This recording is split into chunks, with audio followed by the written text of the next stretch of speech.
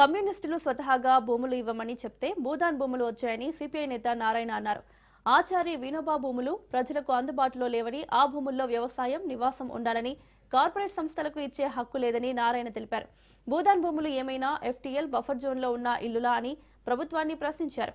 అలా ఉన్న వారికి ప్రత్యామ్నాయం చూపించి ఖాళీ చేయించాలి కానీ దౌర్జన్యంగా కూల్చడం సరైంది కాదని మండిపడ్డారు.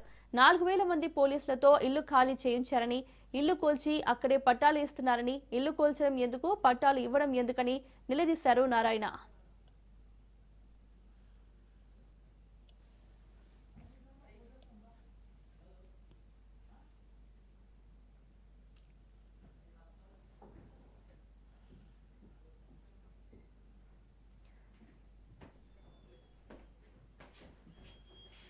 హైదరాబాద్ నగరంలోనే మొట్టమొదటి డాల్బీ సినిమా థియేటర్ ప్రారంభమైందన్నారు సీఎం రేవంత్. ఇందులో ఏర్పాటు చేసిన 75 అడుగుల వెడల్పున్న స్క్రీన్ ఇండియాలోనే అతిపెద్ద డాల్బీ సినిమా స్క్రీన్ గా నిలుస్తోందని, ఆసియాలో అతిపెద్దదిగా, ప్రపంచంలో రెండో అతిపెద్ద డాల్బీ స్క్రీన్ గా దీనికి గుర్తింపు పొందిందన్నారు. హాలీవుడ్ స్థాయికి మన సినిమాలు వెళ్తున్నాయని, తెలుగు సినిమాలకు ప్రపంచవ్యాప్తంగా మంచి గుర్తింపు ఉందన్నారు.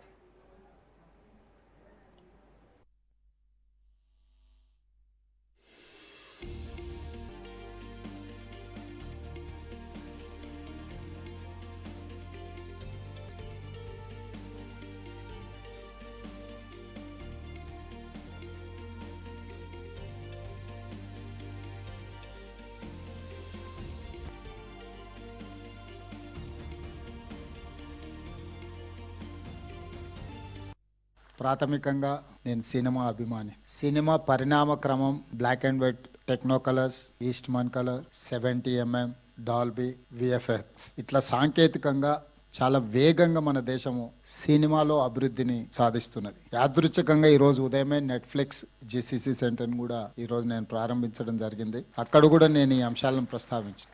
ఒక బాహుబలి, ఒక కల్కి, ఒక అరుంధతి డిజిటల్లీ సౌండ్ అంటే ప్రేక్షకులను కట్టిపడేసే విధంగా సాంకేతిక నైపుణ్యంతో సినిమా తీసినా దాన్ని ప్రదర్శించడానికి థియేటర్లు లేకపోతే ఆ సాంకేతిక నైపుణ్యం అనేది మనకు నిరుపయోగం అవుతుంది. 3D మూవీస్ అయినప్పుడు షార్క్ ఇట్లాంటి మూవీస్ వస్తే చాలా వింతగా ఆ కాలంలో చూసేవాళ్ళం. ఇప్పుడు మళ్ళీ ఈ డాల్బీ థియేటర్ ఐ థింక్ మరి 500 సిట్టింగ్ కెపాసిటీ, 700 సిట్టింగ్ కెపాసిటీ ఉండొచ్చు అనుకుంటున్నాను. ఇది ఇంతమందిలో కూర్చొని సినిమా చూస్తే ఆనందమే వేరు. ఎందుకంటే ఉస్మానియా యూనివర్సిటీ ఇంజనీరింగ్ కళాశాల దేశంలోనే అతి పురాతన 6వ ఇంజనీరింగ్ కళాశాల అని మంత్రి ఉత్తమ్ కుమార్ రెడ్డి కొనియాడారు.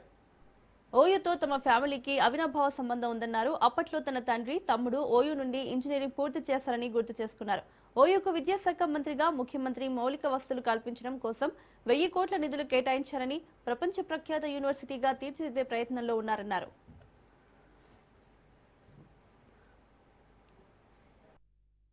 లెవెల్ టెక్నికల్ సింపోజియంని ప్రారంభించడానికి నన్ను యూనివర్సిటీ వైస్ ఛాన్సలర్ గారు, ప్రొఫెసర్స్, రాధిక గారు అందరూ కూడా ఆహ్వానించడం జరిగింది.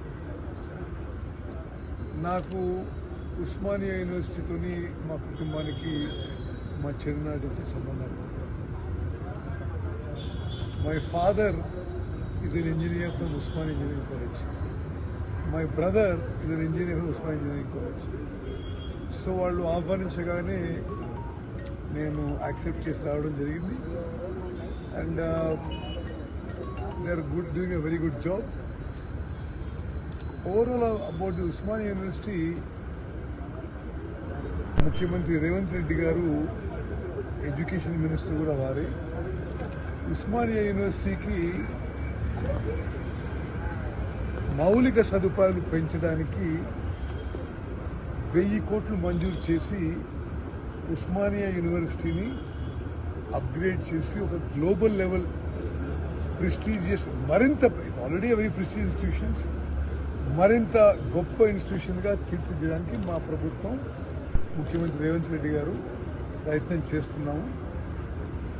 1000 crores chief minister Revanth Reddy has sanctioned for infrastructure.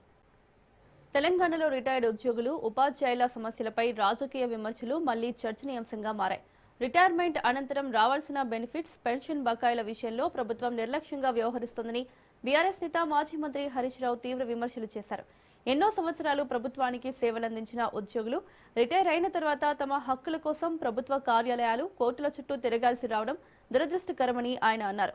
బకాయిలు రాకపోవడంతో ఎంతో మంది రిటైర్డ్ ఉద్యోగులు మానసిక వేదనకు గురవుతున్నారని, కొందరు ప్రాణాలు కోల్పోయిన ఘటనలు కూడా ఉన్నాయని ఆవేదన వ్యక్తం చేశారు. డబ్బుల కొరత వల్ల కాకుండా ప్రభుత్వానికి మనసు లేకపోవడం వల్లే బెనిఫిట్స్ చెల్లింపులు ఆలస్యమవుతున్నాయని హరీష్ రావు ఆరోపించారు. భారీ ప్రాజెక్టులు, ఇతర ఖర్చులకు వేల కోట్ల రూపాయలు వెచ్చిస్తున్న ప్రభుత్వం రిటైర్డ్ ఉద్యోగులకు రావాల్సిన బకాయిలను మాత్రం పట్టించుకోవడం లేదని విమర్శించారు. మరోవైపు తెలంగాణ రిటైర్డ్ ఎంప్లాయీస్ అసోసియేషన్ ప్రతినిధులు హరీష్ రావును కలిసి తమ సమస్యలను వివరించి బడ్జెట్ సమావేశాల్లో ప్రభుత్వాన్ని నిలదీయాలని కోరారు. రిటైర్డ్ ఉద్యోగుల బకాయిలు చెల్లించే వరకు వారి పోరాటానికి బీఆర్ఎస్ అండగా ఉంటుందని హరీష్ రావు భరోసా ఇచ్చారు.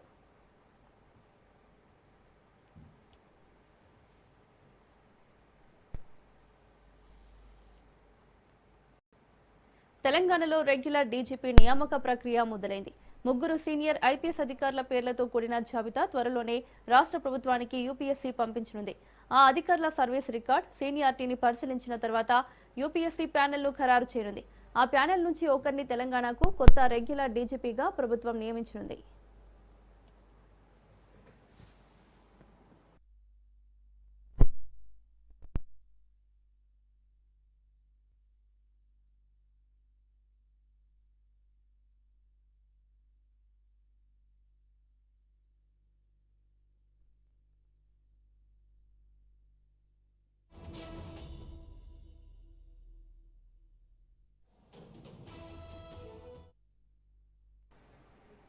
తెలంగాణ డీజీపీగా సివి ఆనంద్ నియామకం కానున్నట్లు తెలుస్తోంది.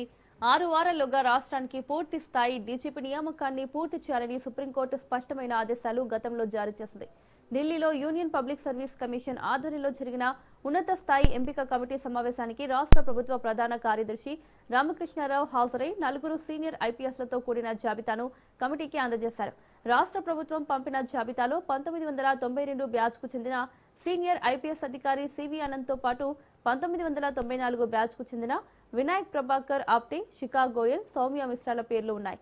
ఈ భేటీలో ఆయా అధికారుల సర్వీస్ రికార్డులు, మెరిట్, ఇతర కీలక అంశాలపై సీఎస్తో కలిసి కమిటీ సభ్యులు సుదీర్ఘంగా చర్చించారు.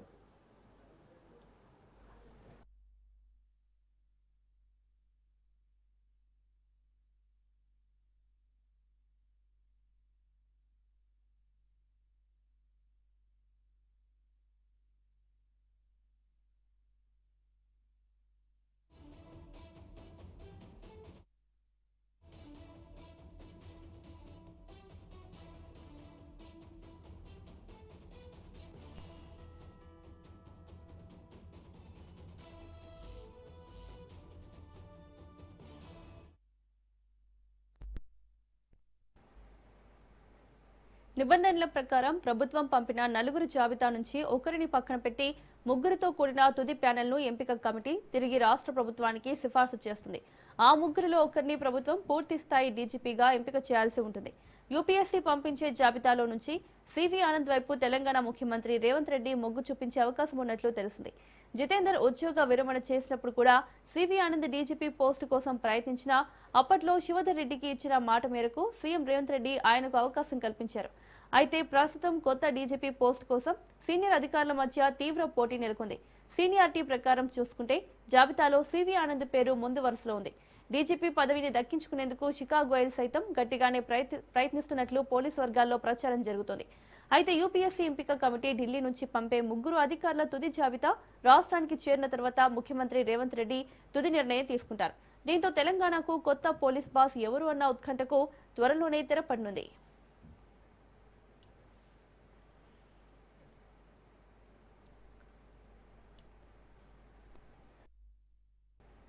సర్వసంగా పరిత్యాగులమైన తమను భూమన కరుణాకర్ రెడ్డి ఏకవచనంతో సంబోధించడాన్ని ఏపీ సాధు పరిషత్ అధ్యక్షుడు శ్రీనివాసానంద ఖండించారు. భూమన ఎంత దోచుకున్నారో తమకు తెలుసని హెచ్చరించారు. కేవలం సనాతన ధర్మం కోసం కట్టుబడిన కాషాయంపై విషం చిమ్మితే హిందూ సమాజం చూస్తూ ఊరుకోదన్నారు.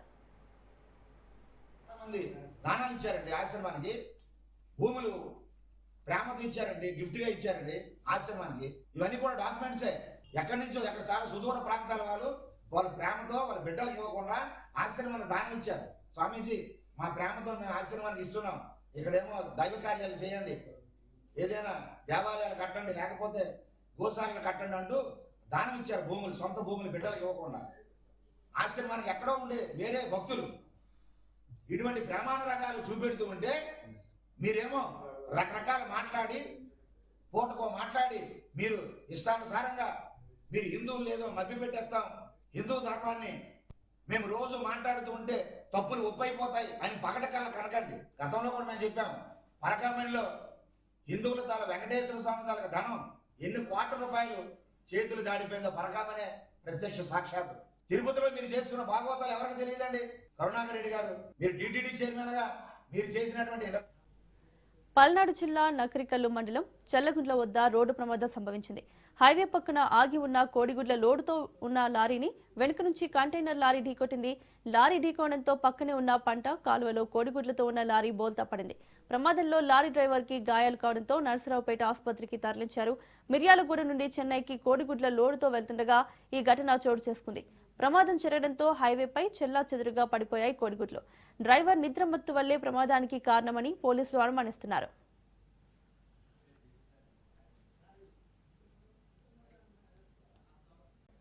పశ్చిమాసియా యుద్ధం నేపథ్యంలో చమురుపై తీవ్ర ప్రభావం పడుతోంది. స్థానికంగా గ్యాస్, పెట్రోల్ ధరలు పెరగడంతో వ్యాపారస్తులు, సామాన్యులు కష్టాలు ఎదుర్కోవాల్సి వస్తుంది. భద్రాద్రి కొత్తగూడెం జిల్లాలో గ్యాస్ కు బదులుగా కట్టెలను వినియోగిస్తున్నారు. అటు కట్టెల వాడకానికి జనాలు పెరుగుతుండటంతో టింబర్ డిపో యజమానులు డిమాండ్ తగ్గినా సప్లై చేసేందుకు సిద్ధమవుతున్నారు. దీంతో మున్ముందు కట్టెలకు మరింత ధర పెరిగే అవకాశం ఉందని టింబర్ యజమానులు అంటున్నారు. ఇదే అంశానికి సంబంధించి మిల్లు యజమానులతో మరింత సమాచారాన్ని మా భద్రాద్రి ప్రతినిధి నవీన్ అందిస్తారు.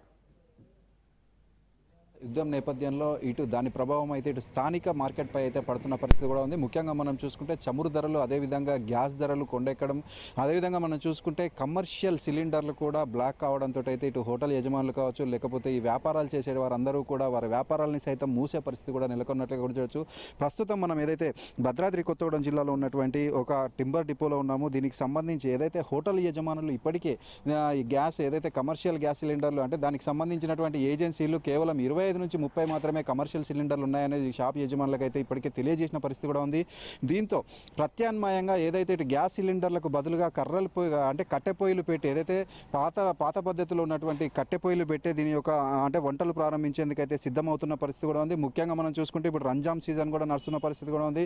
ఈ రంజాన్ సీజన్కు సంబంధించి ఇటు హోటల్స్కి అయితే చాలా గిరాకీ ఉంటుంది. దీనికి సంబంధించి హోటల్ యజమానులు అందరూ కూడా అంటే ప్రతి చోట కూడా ఈ యొక్క గ్యాస్ ఒకవేళ లేని పరిస్థితులలో దానికి అంటే గ్యాస్ పైన ఉంటే వంటకాలను మాత్రం కొంతమంది మెనూలు కూడా ఆపేస్తున్న పరిస్థితి కూడా ఉంది. అయితే ముఖ్యంగా మనం చూసుకుంటే ఇటు హోటల్స్కి సంబంధించి బిర్యానీలు కావచ్చు, లేకపోతే మరికొన్ని వంటకాలు ఈ కట్టెల పొయ్యిలో చేసే నేపథ్యంలో వాటిని కట్టెల పొయ్యి అంటే ఆల్టర్నేట్గా పెద్ద కట్టెల పొయ్యిలు ఏర్పాటు చేసి దానిపైన ఒక వంటకాలు ప్రారంభించేందుకు హోటల్ యజమానులు అయితే సిద్ధమవుతున్న పరిస్థితి కూడా ఉంది. ఈ నేపథ్యంలో ఇటు కట్టెల అంటే ఏదైతే మండేలు ఉంటాయో వాటిలలో అయితే డిమాండ్ పెరుగుతున్న పరిస్థితి కూడా ఉంది. ఏదైతే ఇటు హోటల్ యజమానులతో పాటు సామాన్య ప్రజలు సైతం ఏదైతే ఇక్కడికి వచ్చి కట్టెలు తీసుకుపోయి మరలా కూడా ఈ యొక్క గ్యాస్ సిలిండర్లు టైట్ కావడంతో అంటే కట్టెల పొయ్యిల మీద వంటకాలు ప్రారంభించేందుకు అయితే అందరూ కూడా సిద్ధమవుతున్న పరిస్థితి కూడా ఉంది. అయితే ఇదే విషయమై ఏదైతే మనం గ్యాస్ ఏజెన్సీల వాళ్ళకి సంబంధించి అంటే వాళ్ళని సంప్రదించగా వాళ్ళు చెప్తున్న సమాధానం ఏంటంటే అంటే ఈ యొక్క యుద్ధం నేపథ్యంలో ఉన్నవారందరూ కూడా ఒకటేసారి బల్క్గా బుక్ చేయడం వల్లనే ఈ యొక్క గ్యాస్లు అనేటివి రావడం లేట్ అవుతుందని, సాధారణంగా 2 నుంచి 3 రోజులలో గ్యాస్ డెలివరీలు ఇస్తాము, కానీ పైనుంచి రావడం ఇండెంట్ ఏదైతే ఉందో అది ఖచ్చితంగా వస్తుందని, కానీ ఏదైతే వినియోగదారులు ఒకటేసారి బల్క్గా అంటే బుక్ చేయడం వల్ల 3 రోజులకు రావాల్సినటువంటి గ్యాస్ సిలిండర్ వినియోగదారులకి 7 నుంచి 10 రోజులు పడుతుందని వారు సమాధానం చెప్తున్న పరిస్థితి కూడా ఉంది. అదేవిధంగా మనం చూసుకుంటే కమర్షియల్ సిలిండర్లకు సంబంధించి పూర్తిగా పైనుంచి అయితే మొత్తం ఆపేశారంటూ అవి ఎప్పుడు వస్తాయో చెప్పలేని పరిస్థితి ఉందంటూ కూడా వారు చెప్తున్న పరిస్థితి కూడా ఉంది. దీంతో కమర్షియల్ సిలిండర్లు ఉపయోగించేటటువంటి వ్యాపార సముదాయాలన్నీ కూడా అంటే మూస్తారా లేదు అనుకుంటే కట్టెల పొయ్యి మీదే నడిపిస్తారా అనేది కూడా వారి అంటే యజమానులు అయితే దీనిపై ఒక దృష్టి సారిస్తున్న పరిస్థితి కూడా ఉంది. ప్రస్తుతం మనతోటి ఏదైతే ఈ యొక్క టింబర్ డిపోకి సంబంధించినటువంటి యజమానులు మనతో ఉన్నారు. సార్ చెప్పండి, ఏదైతే ఇప్పుడు గ్యాస్ సిలిండర్ మనకి ఏదైతే అంటే సిలిండర్లు బ్లాక్ అవుతున్నాయి, అదేవిధంగా కమర్షియల్ సిలిండర్ పూర్తిగా ఆపేసిన నేపథ్యంలో ఇటు హోటల్స్కి సంబంధించినటువంటి డిమాండ్ ఏ విధంగా ఉంది మీకు? డిమాండ్ అయితే ఇప్పటి వరకు అయితే ఎవరు రాలేదు. నిన్నటి వరకు అయితే 8 రూపాయల కిలో చొప్పున అమ్మినాం. 800 రూపాయలు కింటా 8 చొప్పున నిన్న 2 క్వింటాలు అమ్మినాము. ఇవాళ పొద్దున్న నుంచి అయితే అమ్మకం ఏం జరగలేదు. కట్టెలు అయితే పొయ్యిల కట్టెలు అయితే ఉన్నాయి, చాలానే ఉన్నాయి.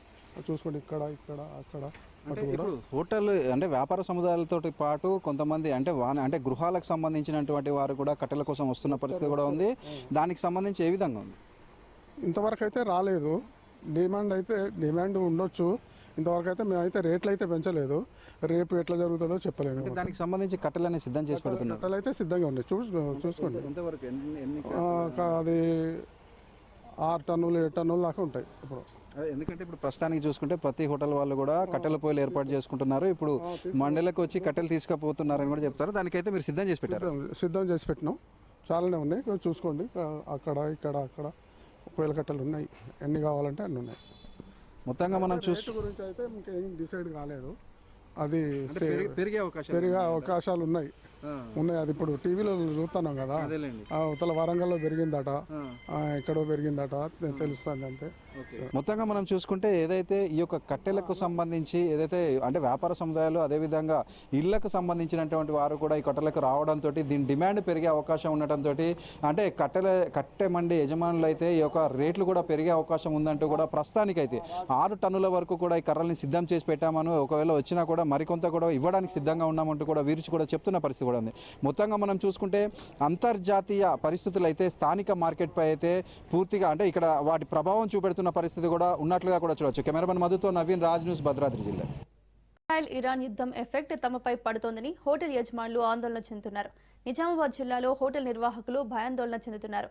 తమకు నెలకు 6 సిలిండర్లు అవసరముండగా రేట్లు పెరగడంతో నెలకు 2,000 అదనంగా ఖర్చవుతుందన్నారు. అలాగే సిలిండర్ల కొరతతో హోటల్ నడపలేని పరిస్థితి ఉందని ఆవేదన చెందుతున్నారు. గ్యాస్ సిలిండర్ కొరతపై మరింత సమాచారం మా నిజామాబాద్ ప్రతినిధి నవీన్ అందిస్తారు. ఇరాన్ ఇజ్రాయెల్ యుద్ధం ఇటు హోటళ్ల మీద పడింది. అయితే గత కొన్ని రోజులుగా ఇరాన్ ఇజ్రాయెల్ మధ్య కూడా భీకర దాడులు జరుగుతున్నాయి. ఒకరిపై ఒకరు కూడా దాడులు చేసుకుంటున్నారు. దీంతో కూడా అనేక ఇటు హోటల్ కూడా యజమానులపై తీవ్ర ప్రభావం చూపుతుంది. ఇటు ప్రధాన కారణం ఇటు సిలిండర్ల రేటు పెరగడంతో కూడా ఇటు కస్టమర్లు కూడా ఇబ్బంది పడుతుంది. దాంతో పాటు హోటల్ నిర్వాహకులు కూడా ఇబ్బంది పడుతున్న పరిస్థితి కనిపిస్తుంది. ఇక్కడ సామాన్యుల పాలట శాపంగా మారని చెప్పచ్చు. ఇరాన్ ఇజ్రాయెల్ అమెరికా మధ్య నెలకొన్న పరిస్థితులపై ప్రపంచ ఆర్థిక వ్యవస్థను కూడా అవకతవకం చేస్తుండగా దానికి ప్రత్యక్షంగా ప్రభావం ఇప్పుడు జిల్లా సామాన్యుడు కూడా పడింది. వంట దెబ్బ ఇటు గ్యాస్ సిలిండర్ పెరగడంతో కూడా ఇటు డొమెస్టిక్ తో పాటు కమర్షియల్ సిలిండర్ పెరగడంతో కూడా ఆ హోటల్ నిర్వాహకులు కూడా తలకు మించిన భారం అవుతుంది. ఎందుకంటే ప్రతిరోజు కూడా వీరు మీద కస్టమర్లకు సంబంధించిన ఆహార పదార్థాలను కూడా సిలిండర్ మీదనే వండుతుంటారు. అయితే సిలిండర్ పెరగడంతో కూడా అనేక హోటల్ నిర్వాహకులు తమ హోటల్ కూడా నడపడం కూడా ఇబ్బంది అవుతుందని చెప్పి కూడా తీవ్ర ఇబ్బంది పడుతున్నారు. దీనిపై హోటల్ నిర్వాహకున్నారు విరగడం మరింది చెప్పాలంటే ఇప్పుడు సిలిండర్ రేటు పెరిగింది కదా, ఎలా అనిపిస్తుంది మీకు? ఎంత భారం పడుతుంది? ఇంత ముందు అయితే అండర్ బిల్లింగ్ ఇచ్చేవాళ్ళు, మాకు డిస్కౌంట్ ఇచ్చేవాళ్ళు. ఇప్పుడు సేమ్ ప్రైస్ కన్నా సప్లై సరిగా లేదు. మాకు 4 to 5 రిక్వైర్మెంట్ ఉంటే డైలీ 2 వస్తున్నాయి. నిన్న ఒక రోజు 2 వచ్చినాయి, మొన్న అసలు రాలేదు, ఈ రోజు 2 వచ్చినాయి. ఇక అవిట్లో తీసుకొని అడ్జస్ట్మెంట్ చేసుకోవాలి. ఇప్పుడు మనకి ఆల్రెడీ ఉన్న స్టాక్ తో అడ్జస్ట్ అవుతుంది. ఇక రేపు ఇలా ఉంటే మాత్రం మొత్తం హోటల్ బంద్ చేయాల్సి వస్తుంది, కష్టం. ఎందుకంటే ప్రత్యామ్నాయం ఏం లేదు.